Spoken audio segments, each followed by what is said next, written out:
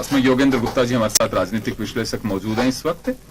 योगेंद्र जी, किस तरह से देखा जाए, बीजेपी का अपना एजेंडा है, उन्होंने कहा कि हमारी कमजोर कड़ी है हम उन्हें पहचानेंगे और उसे दुरुस्त करके हम 30 से 40 साल तक का प्लान करेंगे, यानी कि एक दीर्घकालिक प्लान बीजेपी कर रही है जो केंद्र में सत्ता में रह सके। कांग्रेस इसे अहंकार बता रही है, दूसरे विपक्षी दल भी इसी तरह से कह रहे हैं कि तानाशाही की बू आ रही है। लेकिन कोई पार्टी अगर प्लान करती है तो एक लॉन्ग टर्म अपना प्लान बता सकती है, उसे तानाशाही की तरह से कैसे देखा जा सकता है?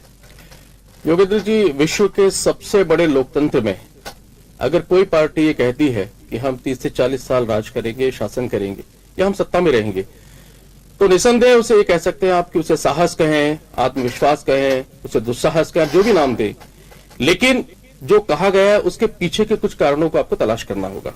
देखिए, आप थोड़ा सा पीछे जाइए, भारतीय जनता पार्टी ने कहा क्यों और देश में ऐसी कौन सी परिस्थितियों का निर्माण हो गया जिससे भारतीय जनता पार्टी को लगता है कि अगले 30, 40 या 50 वर्षों तक कोई भी उसे चुनौती नहीं देगा और वर्तमान में हम जो शासन कर रहे हैं वो जैसा भी है उसके सहारे हम 30, 40 या 50 वर्षों तक शासन करेंगे। आप थोड़ा सा पीछे आइए और अभी जो हाल ही में उत्तर प्रदेश में जो चुनाव हुए, उत्तराखंड में जो चुनाव हुए, गोवा में चुनाव हुए, अब वहां चले जाइए। यूपी के अंदर जब चुनाव हुए उस समय देश में बेरोजगारी का जबरदस्त आलम था। 40 साल में सर्वाधिक बेरोजगारी देश ने देखी। इसी के साथ पेट्रोल, डीजल, खाने का तेल और अन्य खाद्य पदार्थों की जबरदस्त महंगाई हमने देखी और तब लगने लगा था कि यूपी का शासन या अन्य राज्यों का शासन इनको बताएगा कि हम इनका विरोध करते हैं और इन्हें वहां पटक नहीं देगा। लेकिन देखिए, राजनीति में सब चालें चलते हैं, इन्होंने भी चालें चली वहां पर और पूरे मुद्दे को हिंदुत्व या दूसरे मुद्दों पर मोड़ते हुए, बसपा को विभिन्न साधनों से साधते हुए ये वहां पर विजय को प्राप्त कर गए। वहां नहीं किया बल्कि उत्तराखंड में प्राप्त किया और गोवा में प्राप्त किया।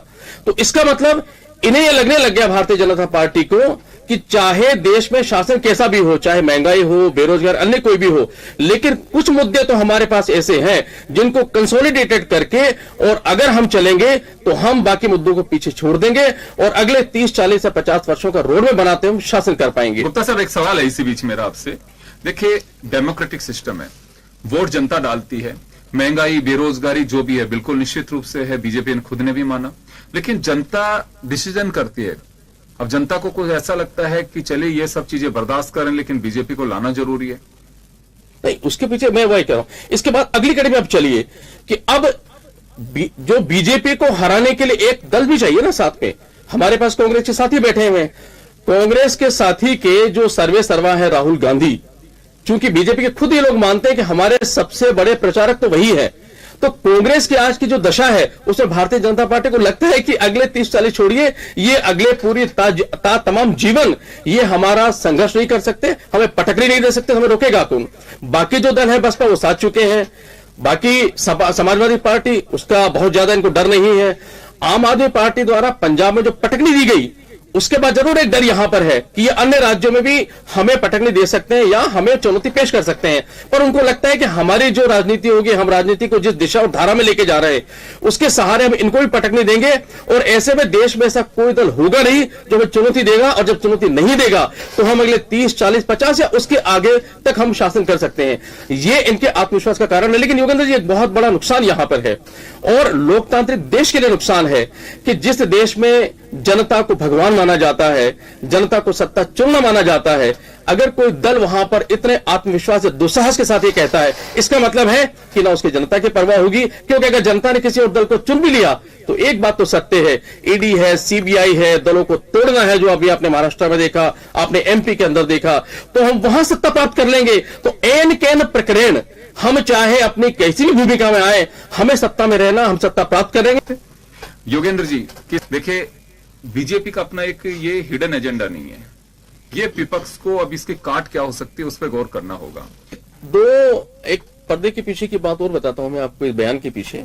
देखिए, अभी गुजरात में चुनाव है, हिमाचल में चुनाव है, फिर राजस्थान में होंगे, हरियाणा में, कुछ उत्तर प्रदेश के अंदर भी होंगे।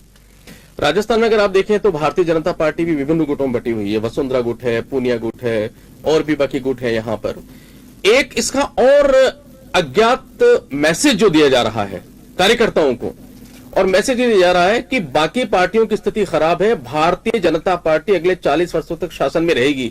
तो आप ये जो उछल कूद मचा रहे हैं ना, उससे आपको कुछ हासिल नहीं होगा। अपने म्यान में रहिए क्योंकि आपको भारतीय जनता पार्टी के साथ रहने में फायदा है, और जो इनके आका ऊपर से कहेंगे, जो ऊपर के कहेंगे, आपको उसके अनुसार ही चलना होगा। यह अदृश्य मैसेज दिया जा रहा है भारतीय जनता पार्टी के नेताओं को। एक, जैसे हम कहते हैं कि उत्साहित करना या उनको चेतावनी देना।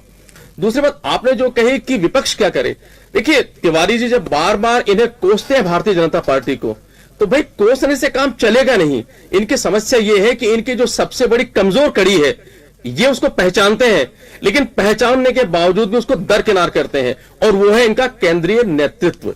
अब भारतीय जनता पार्टी फर्क देखिए, भारतीय जनता पार्टी जब किसी स्टेट के चीफ मिनिस्टर को बदलती है या किसी एक्स चीफ मिनिस्टर को कहती है अब आपको उप मुख्यमंत्री बनना होगा, तो वो उफ तक नहीं करता।